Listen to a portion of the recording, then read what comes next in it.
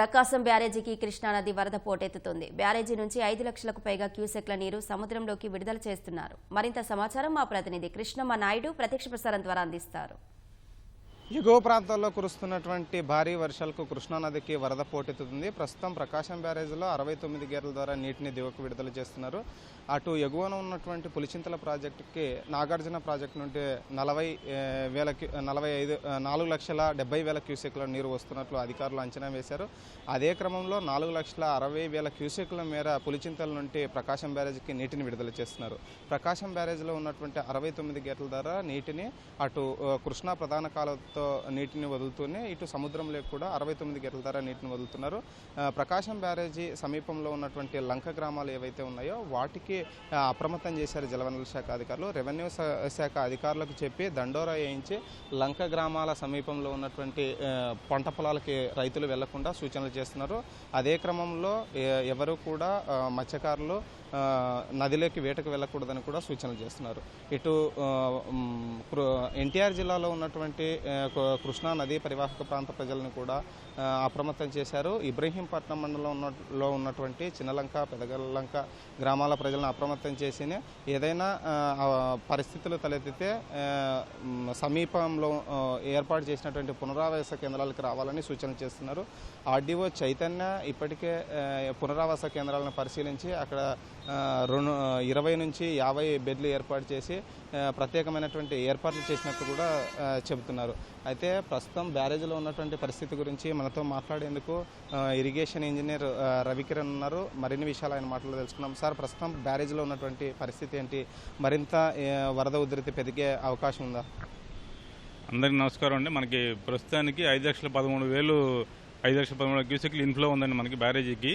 దీంట్లో మనం 13,000 క్యూసెక్లు మన కెనాల్స్ వదులుకుంటూ సర్ప్లస్ 5 లక్షల క్యూసెక్ల వరకు సర్ప్లస్ చేస్తున్నాము.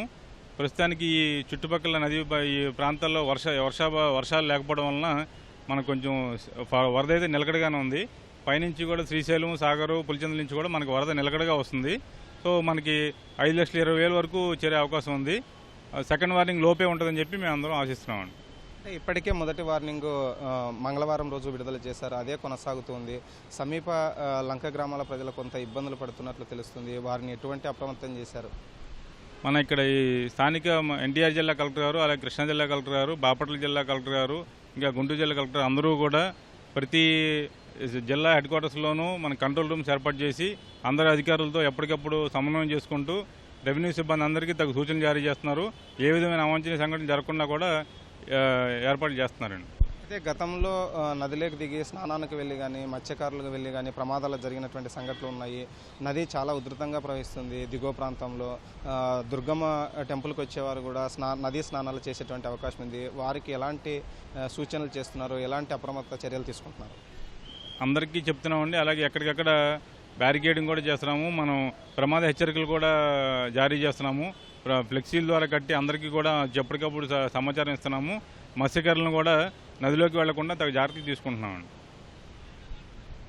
ప్రస్తుతం కొనసాగుతున్నటువంటి వరద ప్రవాహం వల్ల ఎటువంటి నష్టం లేదని జిల్లా యంత్రాంగం అంతా అప్రమత్తంగా ఉందని జలవనరుల శాఖ అధికారులు చెప్తున్నారు. అదేవిధంగా ఎన్టీఆర్ కలెక్టరేట్లో కమాండ్ కంట్రోల్ రూమ్ ఏర్పాటు చేసి కలెక్టర్ లక్ష్మీష ఎప్పటికప్పుడు పర్యవేక్షణ చేస్తున్నారు. అటు కృష్ణా జిల్లాకి సంబంధించినటువంటి అధికారులు సైతం ముప్పు మండలాల్లో, ముప్పు గ్రామాల్లో కూడా అప్రమత్తం చేశారు. రైతులు పంట పొలాల వైపు వెళ్లకూడదని, నదీ పరివాహక తీరంలో అప్రమత్తంగా ఉండాలని సూచనలు చేస్తున్నారు. ఇటు మైలవరం నియోజకవర్గంలో ఉన్నటువంటి ఇబ్రహీంపట్నం మండలంలో కూడా పునరావాస కేంద్రాలు ఏర్పాటు చేశారు. ప్రస్తుతానికి ఉమ్మడి కృష్ణా జిల్లాకి ఎటువంటి వరుస సూచన లేకపోవడంతో ఇబ్బందులు తలెత్తేటువంటి అవకాశం లేదని రెవెన్యూ శాఖ అధికారులతో పాటు జలవనరుల శాఖ అధికారులు చెబుతున్నారు.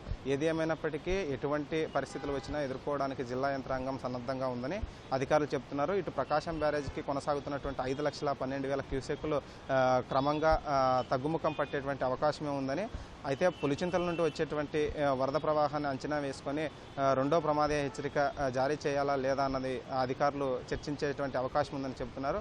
ప్రస్తుతానికైతే 5,12,000 క్యూసెక్లు క్రమంగా కొనసాగేటువంటి అవకాశం ఉందని, పులిచింతల నుండి వచ్చేటువంటి నీటిని అంచనా వేసుకొని తదుపరి చర్యలు తీసుకుంటామంటున్నారు. కెమెరామెన్ భాస్కర్తో కృష్ణం నాయుడు, ఈటీవీ న్యూస్, విజయవాడ నుంచి.